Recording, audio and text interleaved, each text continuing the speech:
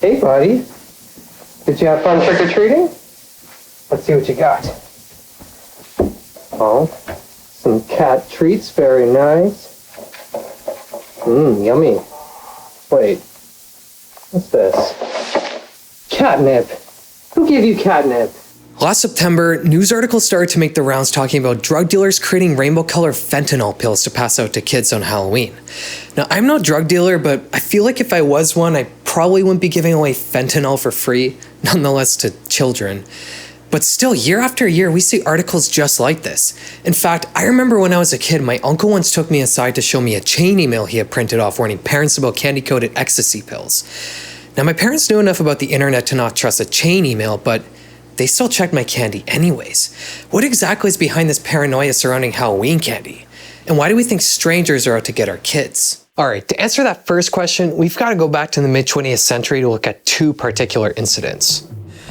Our first case takes us to Fremont, California in the year 1959. A dentist by the name of Dr. William Shine was, well, we don't really know what he was thinking or feeling, but it probably wasn't anything good because he decided to candy coat 450 laxatives and hand them out to children on Halloween night.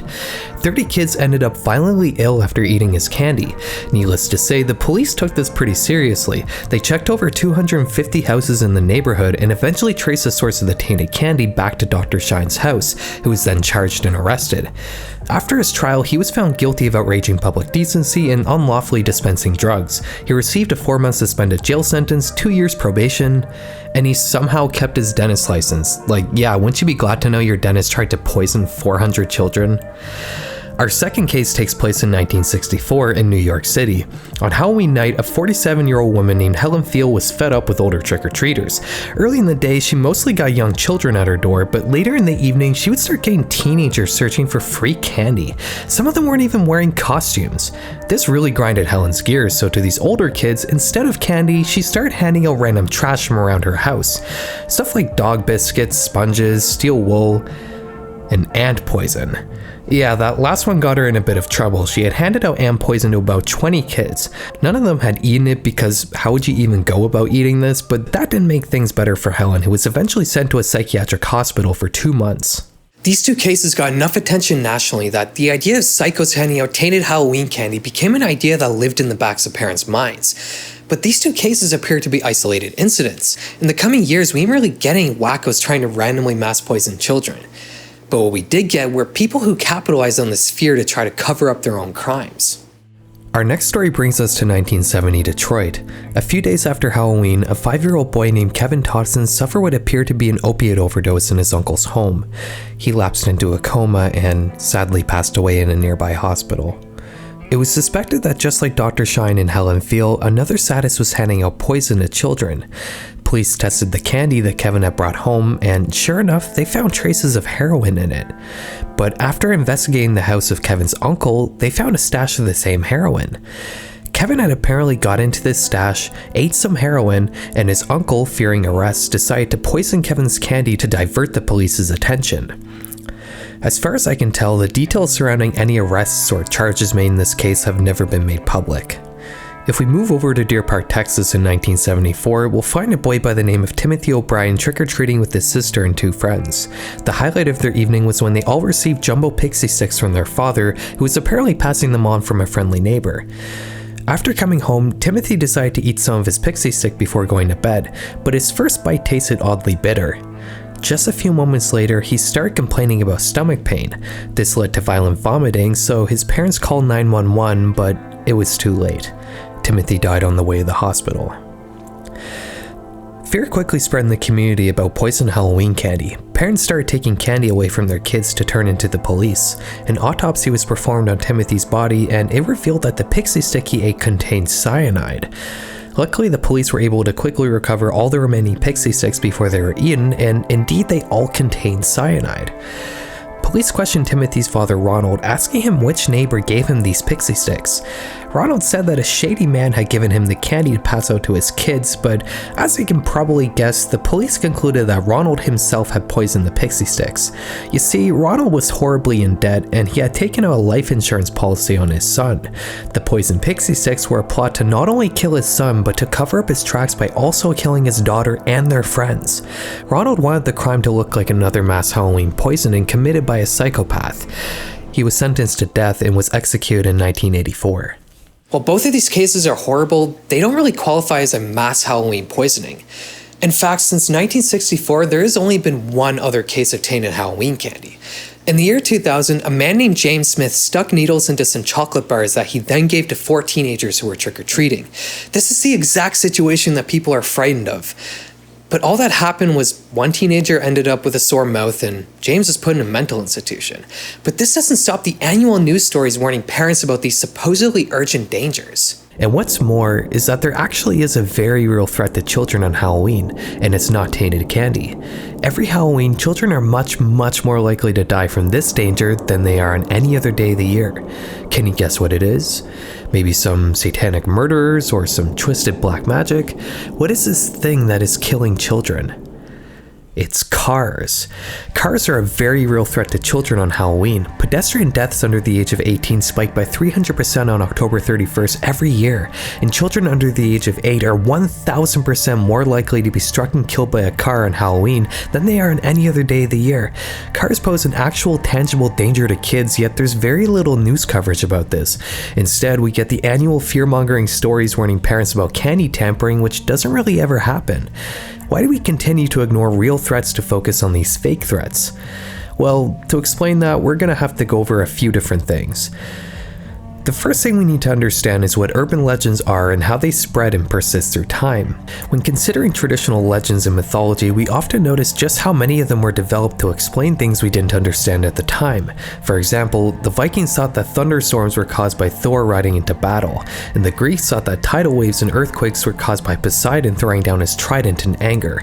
Urban legends are much like traditional mythology with a few key differences. While traditional mythology is set in a fantastical world of gods and monsters, urban legends are grounded in the reality we currently live in. While traditional mythology can explain things we don't understand, urban legends serve as a venue to express our discomfort with the ever-changing and advancing modern world, and they typically come about during times of social change. For example, an urban legend known as the baby roast popped up in the mid-1960s. In it, a hippie babysitter gets high on acid and she puts the turkey to bed and the baby in the oven. There's another similar urban legend from the same time period called Blue Star Tattoos. In this one, carnies at the local fair are spiking temporary tattoos with acid and then putting them on children. I don't think it's terribly surprising these urban legends came about during the 60s when counterculture was in full swing. And it wasn't just a time of great tension between traditional values and new values. The facade of the perfect American society from the 50s was fading, and the cracks were being exposed in a big way. African Americans were moving from rural areas into cities, and it caused what was called white flight, a mass exodus of white people from cities to the suburbs. The biggest thing though was that more people were willing to speak up about issues they cared about. There were feminist movements, civil rights movements, communist movements, anti-war movements. Suddenly once quiet people were being loud about their controversial opinions. Both this and racial tensions led to deteriorating trust between strangers. The proportion of Americans who agree with the statement "you can't be too careful in dealing with people" rose from 45.6% in 1966 to 54.3% in 1973. This lower trust and social change combined with a couple of real-life cases was a perfect catalyst for an urban legend such as Halloween sadism. I don't know if you noticed, but every urban legend I just brought up has a child as a victim. This is actually really common, and it makes sense. Children are inherently innocent and virtuous. The people who want to harm them are evil. They're what's wrong with this world. But there's another layer to it. As we just discussed, this time period has a lot of people airing their dirty laundry for the first time in an effort to improve society. And one of the biggest movements from this era was the child-saving movement. If you were a child before the 20th century, chances were much higher you wouldn't reach adulthood. Whether you died while being born or in the following years, child mortality before the late Industrial Revolution in most of the world sat at around 40%. That's almost 1 in 2 children who would die before the age of 15. By the year 1950, that number fell to 27% globally and to just 4% in the USA. It's hard to overstate just how much of an effect such a high child mortality rate had on people's feelings and attitudes about children. Families used to be much larger. In 1835 in the USA, the average mother would have 7 kids over her lifetime. That number fell to just 2 children 100 years later. People also used to view children much differently. Before the 20th century, kids were more or less seen as tiny adults. They didn't go to school, they worked as soon as they were physically able to. There are also theories that parents were less emotionally attached to their children as a way to cope with the possibility of their deaths, and many families in the past even chose not to name their kids until they were a couple years old. It's fair to say that life as a child before the 20th century held a lot of awful possibilities. You weren't treated like an innocent, carefree child, you were seen as a tiny, dumb, naive, vulnerable adult. There's a good quote by social historian Lloyd DeMause that sums it up well. The history of childhood is a nightmare from which we've only recently begun to awaken. The further back in history one goes, the lower the level of childcare and the more likely children are to be killed, abandoned, beaten, terrorized, and sexually abused.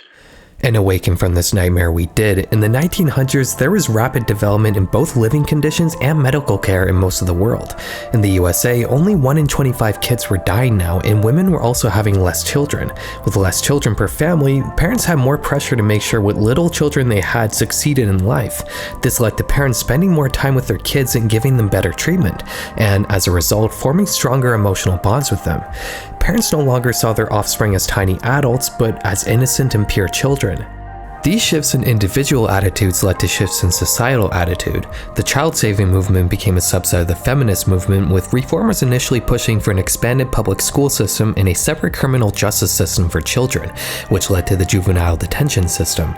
It didn't stop there though. As the 20th century rolled on, the child savers tackled new issues. Somewhere around the 1950s, they began to shift focus from child mistreatment by institutions to child mistreatment by individuals. In this era, the child savers started to take on such problems as child abuse, child molestations, and child abduction. Before the 1950s, child abuse was mostly just a medical concept. It was when a child was hurt so bad by adults that they developed physical problems because of it, whether it was broken bones or unhealed lesions. But the child savers fought to redefine child abuse. They pushed the idea that any physical abuse to children was wrong. They want to get the point across that children are more vulnerable than adults, and because of that, they need to be treated differently. Getting people to change long-held beliefs en masse is a really hard thing to do. Any social progress pushed by a small group of people comes slow and from a lot of effort. You can't just bring issues to people's attentions. You have to make them care. You have to make them see how an issue might affect them. The child savers in the 1970s start to push the idea that children are being kidnapped and abused by strangers. They used prominent cases such as the Eden Patz case to try to communicate that strangers were out to harm children. This led to a lot of social progress. Missing children were put on milk cartons, newspapers, and TV programs, and it also led to the founding of the National Center for Missing and Exploited Children. But the thing is, the data that manifested these accomplishments was faulty. Children don't typically get abducted, molested, or abused by strangers. 99% of abduction cases are committed by relatives, and only 10% of child physical and sexual assaults involve a stranger. In fact, a 2002 study found that only 1 in 10,000 missing children cases involved a stranger taking a child. The vast majority of cases were runaways. Yet the child savers kept warning of stranger danger for more than half a century. Why was this? Well, like I said before, it's not just enough to tell people about social issues, you have to make them care. If you tell a parent that their kid is in danger of being abused or kidnapped by a relative, they'd likely be skeptical. It may happen to other children with bad relatives, but my relatives are good people. I know them well. But if you tell them a stranger is out to get their kids, they have no way of disputing that danger. After all, strangers are a question mark. They can be assigned both good and bad qualities just as easily. All this campaigning about stranger danger led to big changes in how people raise their kids. Over time, kids were granted less freedoms and became more sheltered than they were before. It planted the idea in people's heads that strangers are inherently bad and should be avoided. It also led to a lot of unnecessary paranoia surrounding children. One such paranoia was a moral panic in the 80s and 90s known as daycare sex abuse hysteria. This was a series of high-profile lawsuits accusing daycares of physically and sexually abusing children, as well as doing satanic rituals with them. While a few of these cases did involve actual incidents of physical and sexual abuse, almost all of them stood on false testimonies that parents had coached their kids to give. There were many convictions that eventually got overturned when it came out that the testimonies and confessions were either fake or coerced. Another such paranoia was tainted Halloween candy. It fits pretty well. Deranged strangers are out to either poison children or get them hooked on drugs. But hold on. We've explained pretty well why this urban legend spread around and why people think strangers are out to get children. But we haven't really explained why anyone would ignore a real danger with data to back it up like cars in favor of a largely fabricated danger. We even know from the real life cases of Halloween sadism that it never really results in anything more than a few minor injuries. Yet cars kill many children every year. Why would we focus on something that's not only fake, but something that's not even very serious when it does happen? This can be explained by examining the flaws in how we assess risk. Simply put, humans aren't very good at prioritizing the dangers we face. We instinctively assess risk emotionally rather than logically, and this leads to many cognitive biases. This is why, for example, we feel much safer driving our cars than we do flying in a plane, even though you're 100 times more likely to die in a car accident than a plane crash. Biases in risk assessment can explain why Halloween sadism and stranger danger in general has penetrated our collective consciousness so deeply. Think about it. If we hear about a random kid dying in a car crash, it's sad, but we don't really think too much about it. It lives in our minds as a tragic consequence of human error. We don't feel threatened by it because our children look both ways before they cross the street, and we pay attention when we drive. But if there's even a possibility that a stranger is intentionally hurting kids, it perks our ears up. Suddenly the threat isn't a preventable accident that no one wanted, but a real human force working towards a goal. Even if the possibility is incredibly remote, we feel the need to match that human effort to prevent a horrible outcome. This is due to a type of cognitive bias called salience bias, which is when we ignore mundane information in favor of loud information that's emotionally engaging. Halloween sadism has also been sustained in popular culture by what's called an availability cascade, which is a cycle where a belief is taken seriously if enough people are talking about it, no matter how absurd it might be. Availability cascade is how most conspiracy theories live on in the public consciousness, even if there's no evidence to support them. Pretty much all stranger danger can be explained with cognitive biases. On the news, we hear about every stranger that has hurt a child from the entire country, and because of that, we misjudge just how much of a risk it poses to us statistically. You know, I usually like to end these videos by telling you guys what I've learned from all the research I've done. In this case, I might have said something like, maybe strangers aren't as bad as we think they are. After all, we're strangers to a lot of people and we're not bad, right? Maybe we shouldn't assume that evil people are trying to hurt our kids for no reason. But if I said all of that, I'd be a hypocrite. Because if someone told me that drugs are about to be passed out on Halloween, even if I know it's completely bogus, I would still check my kids' candy anyways, just in case. After all, it doesn't hurt, right? Sometimes it's hard to fight human nature. Anyways, happy Halloween and thanks for watching.